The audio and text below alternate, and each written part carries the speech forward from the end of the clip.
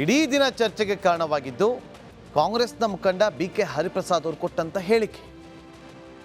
ರಾಜಕಾರಣದಲ್ಲಿ ಬೆಂಕಿಯನ್ನು ಹೊತ್ತಿಸಿರುವಂತ ಹೇಳಿಕೆ ಅದು. BK ಹರಿಪ್ರಸಾದ್ ಅವರ ಹೇಳಿಕೆ. ಅಯೋಧ್ಯೆಗೆ ಹೋಗುವವರಿಗೆ ಸರ್ಕಾರವೇ ರಕ್ಷಣೆ ಕೊಡಬೇಕು. ಗೋಧ್ರಾ ದುರಂತದ ರೀತಿ ಮತ್ತೊಮ್ಮೆ ಏನಾದರೂ ಆಗಬಹುದು ಅಂತ ಅವರು ಹೇಳಿಕೆಯನ್ನು ಕೊಟ್ಟಿದ್ದಾರೆ. ಈ ಹೇಳಿಕೆ ಹಿಂದಿರುವಂತ ಅರ್ಥ ಏನು? ಬಿಜೆಪಿ ನಾಯಕರು ಕೆಂಡ ಕಾರ್ತಿದ್ದಾರೆ. ಮತ್ತೊಂದು ಕಡೆ ಸಿಎಂ ಸಿದ್ದರಾಮಯ್ಯ ಅವರು ಊಹಾಪೋಹಗಳಿಗೆ ನಾನು ಪ್ರತಿಕ್ರಿಯೆ ಕೊಡೋದಿಲ್ಲ ಅಂತ ಹೇಳಿದ್ದಾರೆ.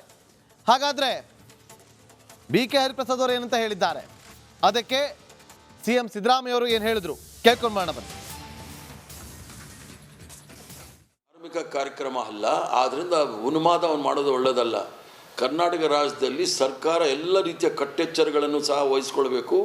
ಯಾಕೆ ಅಂತ ಹೇಳಿದರೆ ಗುಜರಾತಲ್ಲಿ ಇದೇ ಸಂದರ್ಭದಲ್ಲಿ ಕರಸೇವಕರ ದಹನ ನಡೆದಿತ್ತು ಗೋಧ್ರಾದಲ್ಲಿ. ಅದೇ ರೀತಿಯ ಒಂದು ಸೃಷ್ಟಿ ಮಾಡಲಿಕ್ಕೆ ಪ್ರಯತ್ನ ಮಾಡ್ತಾರೆ.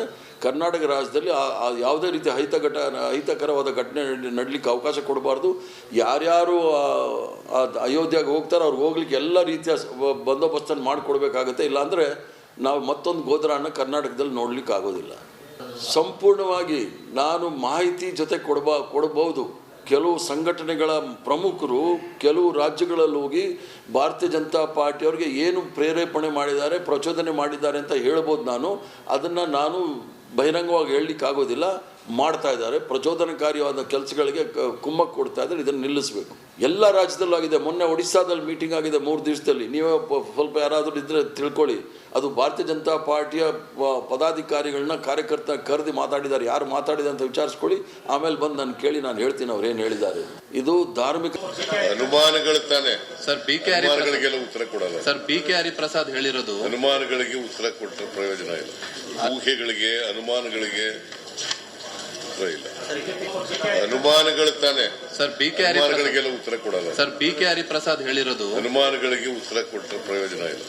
ಊಹೆಗಳಿಗೆ ಅನುಮಾನಗಳಿಗೆ ಇಲ್ಲ. ಅನುಮಾನಗಳು ತಾನೆ ಸರ್. BK ಅನುಮಾನಗಳಿಗೆಲ್ಲ ಉತ್ತರ ಕೊಡಲ್ಲ ಸರ್. BK ಹರಿಪ್ರಸಾದ್ ಹೇಳಿರೋದು ಅನುಮಾನಗಳಿಗೆ ಉತ್ತರ ಕೊಟ್ಟರೆ ಪ್ರಯೋಜನ ಇಲ್ಲ.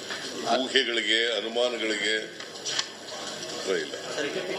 ಅನುಮಾನಗಳು ತಾನೆ ಸರ್. BK ಅನುಮಾನಗಳಿಗೆಲ್ಲ ಉತ್ತರ ಕೊಡಲ್ಲ ಸರ್. BK ಹರಿಪ್ರಸಾದ್ ಹೇಳಿರೋದು ಅನುಮಾನಗಳಿಗೆ ಉತ್ತರ ಕೊಟ್ಟರೆ ಪ್ರಯೋಜನ ಇಲ್ಲ. ಊಹೆಗಳಿಗೆ ಅನುಮಾನಗಳಿಗೆ ಇಲ್ಲ.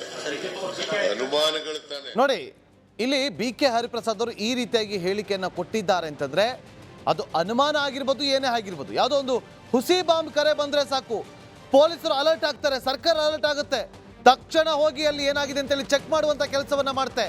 ಇಲ್ಲಿ ಇವರ ಆಂತರಿಕ ಜಗಳಕ್ಕೆ ನೋಡಿ BK ಹರಿಪ್ರಸಾದ್ ಅವರು ಈ ರೀತಿಯಾಗಿ ಹೇಳಿಕೆ ಕೊಟ್ಟಿದ್ದಾರೆ ಅಂದಮೇಲೆ ಅದನ್ನ ಚೆಕ್ ಮಾಡಿಸ್ತೀವಿ ಏನಾಗಿದೆ ಅನ್ನೋದ್ರ ಬಗ್ಗೆ ಇವರು ಆ ರೀತಿಯಾಗಿ ಹೇಳಿಕೆಯನ್ನು ಕೊಡಬಹುದಿತ್ತು.